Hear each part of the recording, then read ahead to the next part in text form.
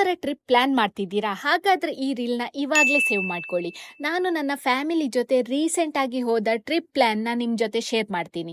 ನಾವು ಮಂಗಳೂರಿಂದ ಮಾರ್ನಿಂಗ್ ಹೊರಟು ಆಫ್ಟರ್ನೂನ್ 12 ಹೊನ್ನಾವರ ರೀಚ್ ಆದ್ವಿ. ಅಷ್ಟೊತ್ತಿಗಾಗಲೇ ನಮಗೆ ಹಸುವಾಗ್ಲಿಕ್ಕೆ ಸ್ಟಾರ್ಟ್ ಆಗಿತ್ತು. ಫಿಶ್ ಮೀಲ್ಸ್ ಮಾಡುವ ಅಂತ ಅಲ್ಲಿ ಹೋಟೆಲ್ ನ್ಯೂ ಸುಮುಖಕ್ಕೆ ಹೋದ್ವಿ. ಊಟ ತುಂಬ ಚೆನ್ನಾಗಿತ್ತು. ಫಿಶ್ ಕೂಡ ತುಂಬ ಫ್ರೆಶ್ ಆಗಿತ್ತು.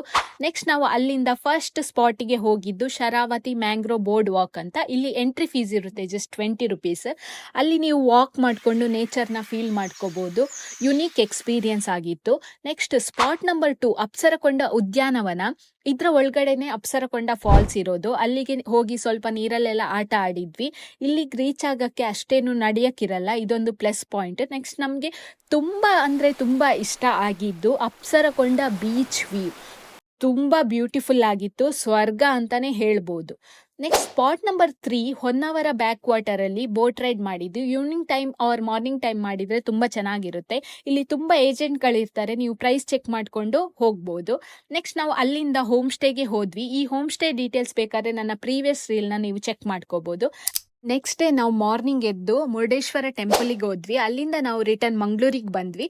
ನಿಮ್ಗೆ ಏನಾದರೂ ಕಂಟೆಂಟ್ ಇಷ್ಟ ಆಗಿದ್ರೆ ನಿಮ್ಮ ಫ್ಯಾಮಿಲಿ ಆ್ಯಂಡ್ ಫ್ರೆಂಡ್ಸ್ ಜೊತೆ ಶೇರ್ ಮಾಡಿ.